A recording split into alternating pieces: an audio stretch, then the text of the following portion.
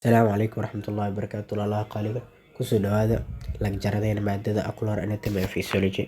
Lagjarka ugu dambeeya waxaa kasoo hadalnay layerka ugu horeeya middle layerka oo loo yaqaano iris. Maanta waxaa ka hadlaynaa layerka labaad ee middle layerka ama uveal tract layerka loo yaqaano oo loo yaqaano iriska. Marka ciliary body iriska waan kasoo hadalnay.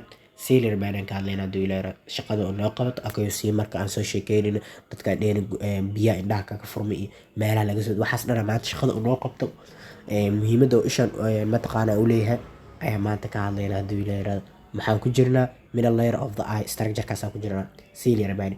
Ciliary body asiga wuxuu soo deeyaa ciliary body acosimar fluid oo la acosimar ayuu soo deeyaa.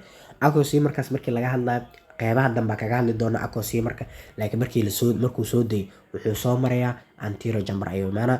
Anterior chamber markuu imaado kabacdi wuxuu sii tagaa posterior chamberka kadib mataqaana tartiibtaas ayuu qaab noocaas camal ayuu pathwaygaas u maraa. Haduu ilaahay qeybta dambe cashirkaan kaga hadli doonaa iris markii laga hadlayo ciliary body is a part of uveal tract qeyb ka mid ah wuxuuna u dhexeeyaa iriska iyo choroidka ayuu u dhexeeyaa.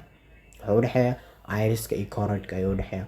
So marka shape ahaan markii laga hadlayo waa triangular asina markii sawir ahaan markii laga hadlayo saan ayuu sawiran yahay saan camal waa triangular oo laba xabe markii oo structure ahaan markii sawir ahaan markii laga hadlayo qaab noocaas camal waa iriska. So marka asiga wuxuu leeyahay maadaama triangular aan dhahnay waxa u kala qaadana abacis and base u kala qaadana base oo qaybta hoose ah iyo abacis u kala qaadana. Abaciskiisa contain waxa ku jiro qaybtiisa hore waxa choroid halka basekiisa uu u dhow yahay iriska.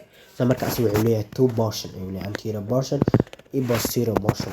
Anterior portion of ciliary body waxa ku jiro pars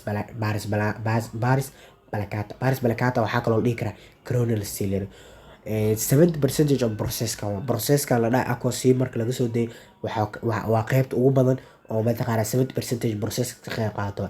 Contain waxa ku jirto iris qaybta dambe waxa kaga jirta iris posterior surface ay ku jirto oo gaara 2 mm long gaara.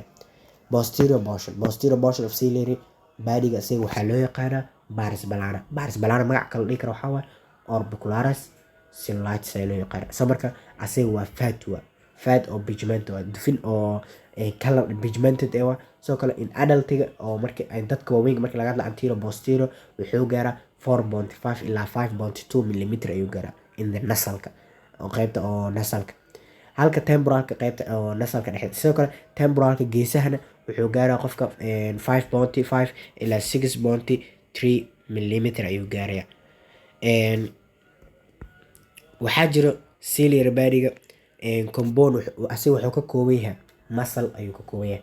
Horta ciliary body wuxuu ka kooban yahay muscle mataqaana magac loo yaqaan waa ciliary muscle. Ciliary body waxa ku jira muscles ayaa ku jira tissue iyo ku jira musclekaas waxa loo yaqaan ciliary body. So marka muscleska asaa wuxuu ka sii kooban ciliary muscleka saddex fiber ayuu ka sii kooban yahay. Wuxuu ka kooban yahay mid oo longitudinal oo saan u dheer ayuu ka kooban yahay. Mid wuxuu ka kooban yahay mataqaana circular oo wareeg ayuu ka kooban yahay mid oo oblique ayuu ka kooban yahay oo xagal leh.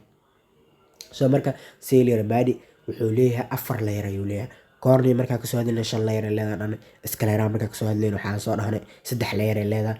Maanta waxa markii laga hadlayo ciliary body asiga wuxuu leeyahay 4 layer ayuu leeyahay. Layerka koowaad waxa loo yaqaanaa supraciliary lamina ayaa loo yaqaanaa. Layerka labaad waxa loo yaqaanaa stroma waa blood vessels oo ciliary body-ga waa.